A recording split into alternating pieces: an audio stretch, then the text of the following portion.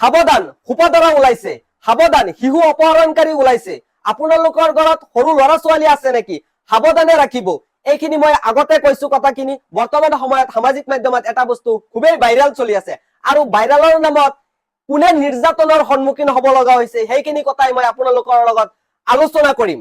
আচলতে ভাইৰালৰ নামত একাংশই বন্দামি লৈছে। মই কিয় কৈছো বন্দামি লৈছে? মই সামাজিক মাধ্যমত যিকেইটা ভিডিঅ' পাই আছো, এইকেইটা মোৰ বোধে নালাগে শিশু অপহৰণকাৰী বুলি। এইকেইজন হৈছে মানসিকভাৱে বিকাৰগ্ৰস্ত ৰোগী বা পাগল। মানে যদি মানসিকভাৱে বিকাৰগ্ৰস্ত ৰোগী এজনক দেখা পালে বা এজনীক দেখা পায়, তেন্তে লগে লগে হুপাদৰা বা শিশু অপহৰণ বুলি ভাবি মানে তেওঁলোকক মানে নিৰ্যাতন চলাই।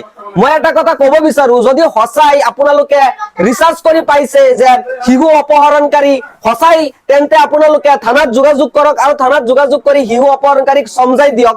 কিন্তু এই শিশু অপহৰণকাৰীৰ নামত সমাজত যাতে কোনো অপপ্ৰচাৰ নচলে, কোনো অপপ্ৰচাৰ নচলে, সমাজত যাতে অন্ধবিশ্বাস নচলে, এইটো ক'ব গ'লে অন্ধবিশ্বাস। যে আপোনালোকে মই চাইছো ভিডিঅ'ত চাইছো, ভিডিঅ' মই স্ক্ৰীনত দি দিম, এইকেইটা ভিডিঅ'ত চাইছো। আপোনালোকে কমেন্ট কৰি কওকচোন, এইকেইজন সঁচাই কি শিশু অপহৰণকাৰীৰ নিচিনা লাগে নেকি? আৰু শিশু অপহৰণকাৰী এনেদৰে দেশত ফুৰিব নেকি? এইটো মোৰ বোধে নালাগে। এইটো শিশু অপহৰণকাৰীৰ নামত একাংশই মানে যিসকল মানসিকভাৱে বিকাৰগ্ৰস্ত ৰোগী বা পাগল, সেইকেইজনক ধৰি এনেকৈ মাৰপিট কৰি আছে আৰু টকা দেখা পাইছে। শিশু অপহৰণকাৰী কি টকা এনেকৈ লৈ ফুৰিব নেকি?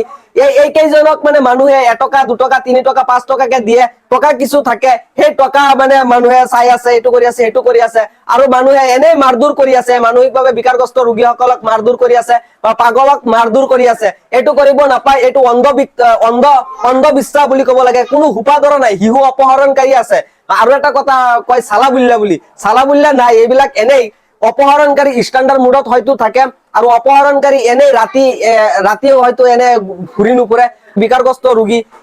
এইকেইজন আগতেও এইটো যেতিয়া সামাজিক মাধ্যমত ভাইৰেল চলা নাছিল, তেতিয়াও মানে ৰাতি গাঁৱত বা বজাৰত অ'ত ত'ত ফুৰিছে। কিয়নো এইসকল হৈছে অগৰী, নিজা ঘৰ বাৰী নাই। মানে য'তে ৰাতি তাতেই কাটি বুলি এটা কথা আছে, য'তেই ৰাতি হয় তাতেই কাটি।